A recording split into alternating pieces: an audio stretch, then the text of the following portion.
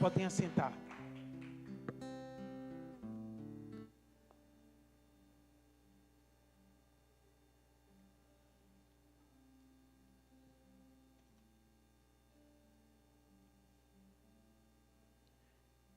Hoje a gente vai falar uma história conhecida da Bíblia.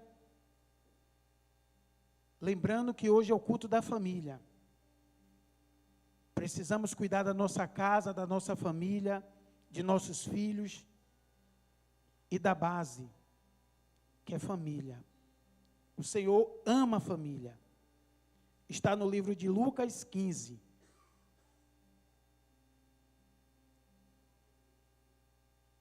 Lucas 15, 11. Que diz assim: E disse um certo homem, tinha 2 filhos, e o mais moço dele disse ao pai: Dá-me a parte da fazenda, que me pertence. E ele lhe respondeu, e ele repartiu a fazenda. E poucos dias depois, o filho mais moço ajuntou tudo, partiu para uma terra muito longe. Ali depois, despediu a sua fazenda, vivendo dissolúvel. Vamos falar primeiro sobre esses 2 capítulos. O que aqui nós podemos entender é que um certo homem tinha 2 filhos. E ele era muito rico. E um dos filhos, o mais moço, ele resolveu pedir a parte que lhe cabia. E ele confrontou o pai com autoridade, porque ele sabia que ele tinha direito da metade do que o pai tinha. O pai não hesitou em momento algum. Assim o pai fez. O pai repartiu e deu a parte ao filho. Podemos ver que o filho, rapidamente, ele gastou tudo que o pai tinha dado a ele. O que eu posso perceber é que muitas das vezes nas nossas vidas, a gente cobra muito dos nossos pais. A gente quer a parte que nos cabe com os nossos pais vivos. E quando nós encontramos os nossos pais com sabedoria, eles nos dão. Porque eles sabem que tudo é do Senhor. E tudo é emprestado a nós, para que possamos usufruir com sabedoria. O 14 diz assim: E havia ele já gastado tudo, houve naquela terra uma grande fome, e começou a plantear necessidade.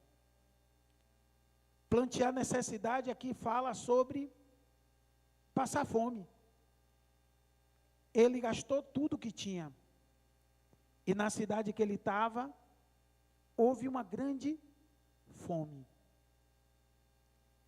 E muitas das vezes a gente está na casa dos nossos pais, tendo abundância de alimento, de sabedoria, de ensino, e não aproveitamos. Por isso que o Senhor, Ele marcou essa noite, para falar com cada um de nós, para que possamos aprender, aproveitar o máximo de nossos pais, que possamos ter humildade de entender que tudo é nosso, porque nós somos filhos do Senhor e temos todas as coisas como herança.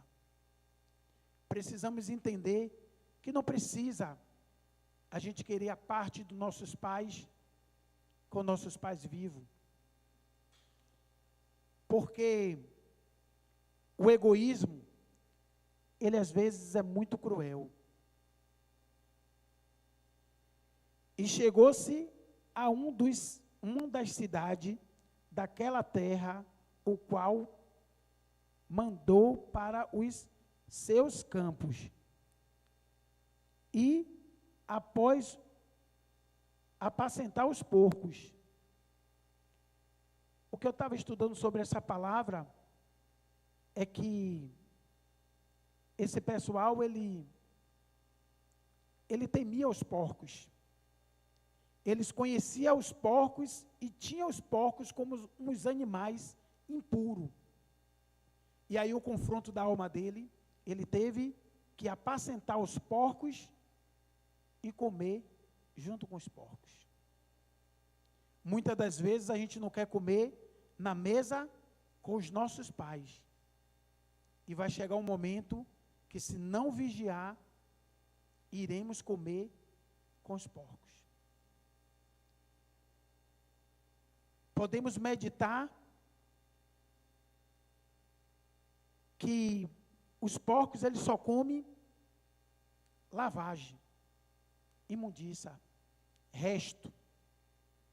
Foi o que esse filho, herdeiro de um homem muito rico, passou a comer, por não obedecer o seu pai. Possamos entender também que seu pai, em momento algum, segurou no braço dele. Não, meu filho, você não vai. Não, meu filho, vou fechar a porta. Ele deu a parte que cabia ao filho e vá.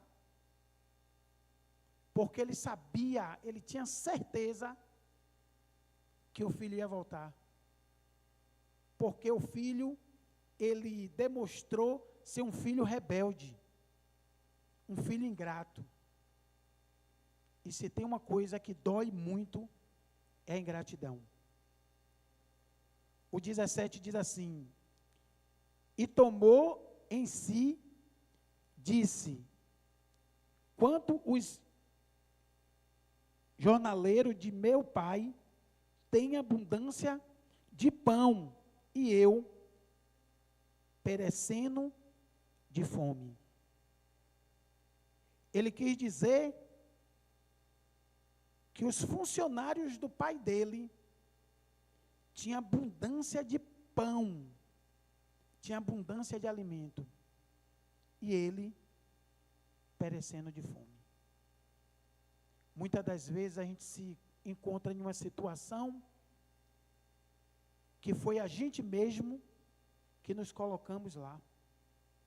Às vezes não foi nosso pai, não foi nossos irmãos, não foi nossos vizinhos, porque é do hábito do ser humano sempre colocar a culpa em alguém. Hoje eu vivo assim porque meu pai me deu a minha parte, gastei, se ele não tivesse me dado e eu amadurecesse, então o pai fez a vontade do filho. Levantou-se em si, e eis ter com meu pai. Ele levantou em si, ele reconheceu que ele errou, ele reconheceu que ele pecou, e falou, vou ao encontro de meu pai, e dali-ei, e aí quando ele se encontrou com o pai, ele disse, pai, pequei contra o céu, e pequei contra ti. Ele reconheceu que ele pecou contra o pai, porque muitas das vezes a gente diz assim, não preciso pedir perdão. Para que pedir perdão? Ou para que liberar perdão? Muitas das vezes é necessário a gente pedir perdão, porque ele começou a fazer o caminho de volta. Ele reconheceu que ele tinha errado, e reconheceu que ele pecou não só contra o pai dele, terreno, como ele pecou também com o nosso Senhor. E disse: já não sou digno de ser chamado teu filho, faz-me como um dos seus empregados. Imagine a cabeça desse filho, sabendo que era filho legítimo e estando disposto a ser tratado como empregado. Muitas das vezes a gente está na casa de nossos pais e acha que é tratado como um empregado. E não sabemos que muitas das vezes nós somos ajudadores. Somos ajudadores. Porque não é justo a gente estar em uma casa e não fazer nada.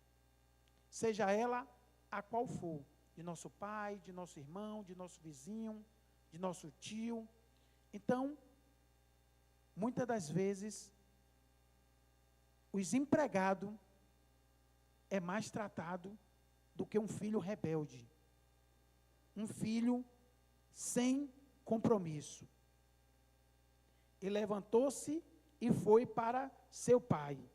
E quando ainda estava longe, viu o seu pai e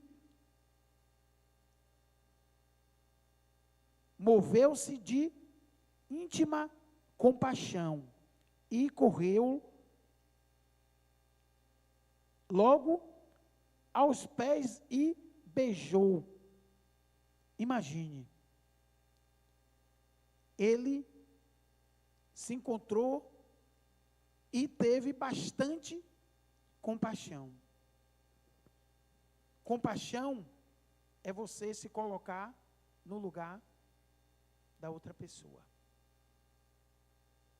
E o pai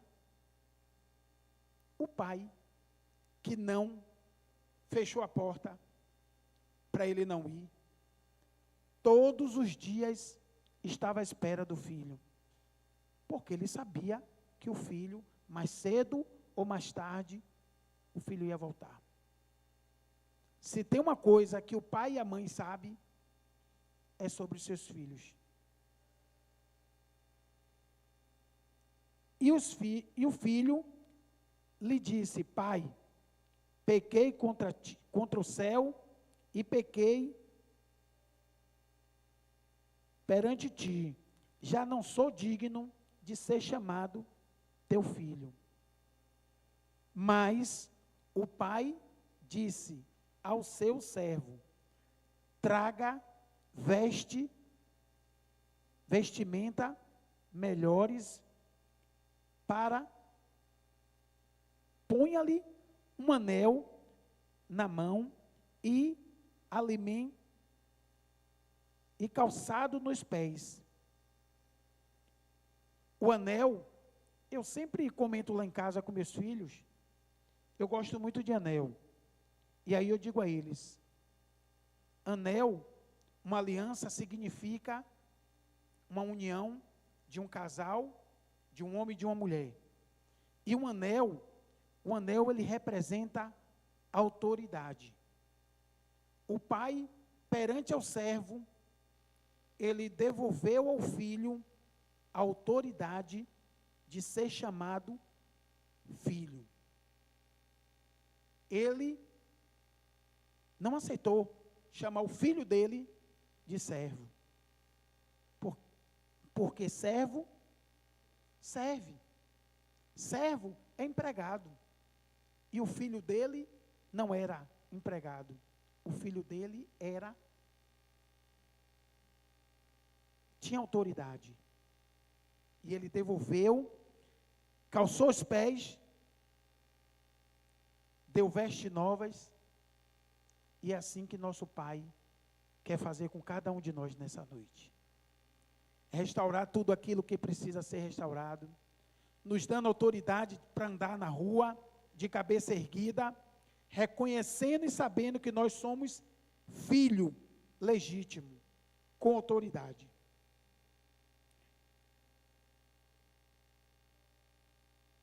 e traz um bezerro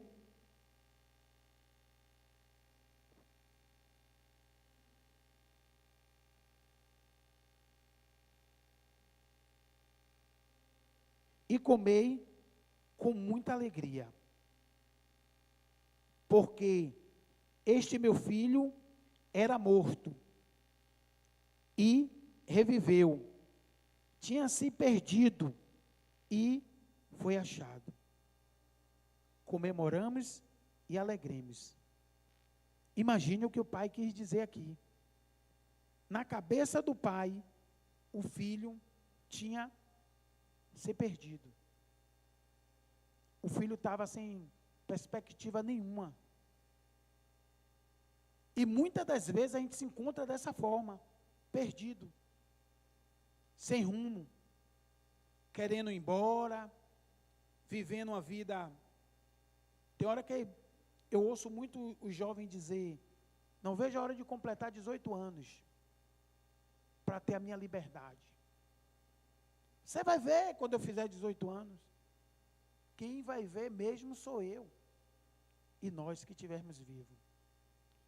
E eles vão ver que a liberdade, às vezes, ele tinha e não sabia. Porque quando completar 18 anos, que vai começar a maioridade, aí vai começar as responsabilidades. Vão deixar de ser chamado de adolescente para ser chamado de homem, mulher. E aí, a regra muda. Porque este meu filho era morto, tudo bem. E o seu filho mais velho estava no caminho, quando veio e chegou perto de casa, ouviu a música e a dança, e chamou um dos servos, perguntou-lhe: que está acontecendo? E ele lhe disse: veio teu irmão e teu pai matou um bezerro cevado, porque o recompensou e salvou. Imagine. Porém ele, indignado, não queria entrar dentro da casa. Saiu, entrar dentro de casa. Saindo o pai, rogou-lhe que entrasse, mas respondeu-lhe ele, dizendo ao pai: eis que estive há tanto tempo e nunca mandou matar nem um bezerro. Imagine, o filho mais velho. Podemos ver que essa história, que conta desde a primeira, entrou no coração do irmão a inveja. A inveja, ela sempre visita todos nós. É por isso que nós precisamos estar vigiando. Ele teve inveja do irmão e, na verdade, ele, sem saber, ele tinha tudo. Ele não precisava do pai dar um bezerro, de matar nada para ele, porque era tudo deles. E assim que é nas nossas vidas. O nosso pai, ele sempre procura cuidar de cada um de nós.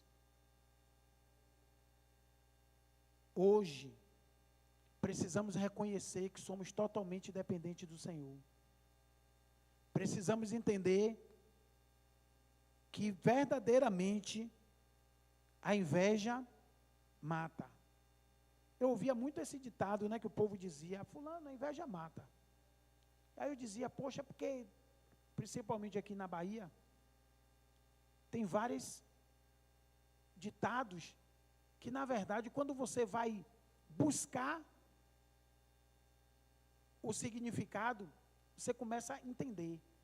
Quando diziam isso, a inveja mata, eu dizia, poxa, eu, graças a Deus, não tenho inveja de ninguém. Aí, quando eu aprendi a conhecer a palavra do Senhor, foi que eu vim entender que significava de Caim e de Abel. Porque Caim matou Abel por causa da inveja. A inveja mata. Mas a misericórdia de Deus, ela vivifica. A graça do Senhor nos justifica todos os dias. É por isso que cada dia Ele coloca cada um de nós de pé. Que o Senhor nessa noite Ele possa fortalecer os corações de todos aqui presentes. Que essa palavra ela venha encontrar guarida nos nossos corações. Em nome de Jesus. Porém, vindo este teu filho, que depois perder a tua fazenda com as meretrizes, manda-lhe matar um servado. E ele lhe disse, filho, tu sempre esteve comigo, e todas as minhas coisas são tua. Portanto, era justo alegrarmos, porque este teu irmão era morto e reviveu, e tinha se perdido e foi achado. É muito importante quando uma pessoa se perde no caminho. Por isso que nós precisamos ter muito cuidado. Porque a Bíblia, ela nos ensina que muitos irão se perder no caminho. Conheceu a palavra, hoje está vivendo a palavra, e se não vigiar, vai se perder no caminho. Por isso que nós precisamos perseverar no Senhor, porque o Senhor é que nos justifica, Ele é que é nossa força. E lembrando que nós não precisamos ser igual o filho pródigo, não precisamos estar cobrando tanto dos nossos pais. Precisamos entender que em Eclesiastes nos ensina que há tempo determinado para todas as coisas debaixo do céu. Há tempo de nascer, de crescer, e há tempo de florescer. Então não precisa a gente querer botar o carro na frente do boi. Já dizia os mais velhos que o boi é que puxa o carro. E às vezes a gente insiste em puxar o boi. E aí pagamos o preço. E tem preço, irmão, que é preço de morte. É por isso que nós precisamos vigiar de verdade, todos os dias. Que a Bíblia nos ensina que aquele que está de pé, que tome cuidado para que não caia. Amém? Vamos se colocar de pé.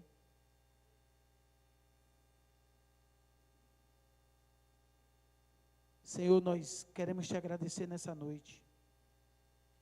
Queremos te bendizer o teu santo nome. Quero agradecer, Pai, pela cura sobre a minha vida, pela restauração das minhas forças. Obrigado, Senhor. O Senhor sabe como eu cheguei até aqui. E o Senhor sabe como eu me encontro. Porque a tua palavra me ensinou que aqui é o lugar de cura. É por isso que eu vim buscar a cura. Por isso que eu vim buscar a restauração. É por isso que eu vim recarregar minhas baterias. Que o Senhor, Pai, nessa noite, libere cura sobre as vidas de teus filhos. Que cada um, Pai, venha levar a sua porção da forma que cada um necessita. Que cada um, Pai, de teus filhos, ele venha encontrar seus familiares gozando perfeita saúde quando chegar em suas casas. Porque nós sabemos que o Senhor é aquele Deus que tem cuidado de cada um de nós. Obrigado, Pai, pela tua morte ali na cruz. Obrigado pelo teu amor incondicional. Mesmo nós não merecendo, o Senhor tem cuidado de cada um de nós. Eu oro pela minha casa, eu oro pela minha esposa, pelos meus filhos, eu oro pela família Manaim, eu oro pela vida de cada pastor, eu oro pela vida dos nossos apóstolos, eu oro pela vida dos nossos bispos, que o Senhor, Pai, possa ir em encontro de cada um deles, e oro também pela vida de cada um que está assistindo, em nome de Jesus. Fica conosco, Pai, nos dá um final de semana na tua santa presença, em nome de Jesus. Que o amor de Deus Pai, que a graça redentora do Senhor, nos acompanhe até a vinda do nosso Senhor Jesus Cristo. Amém? Vamos aplaudir o Senhor.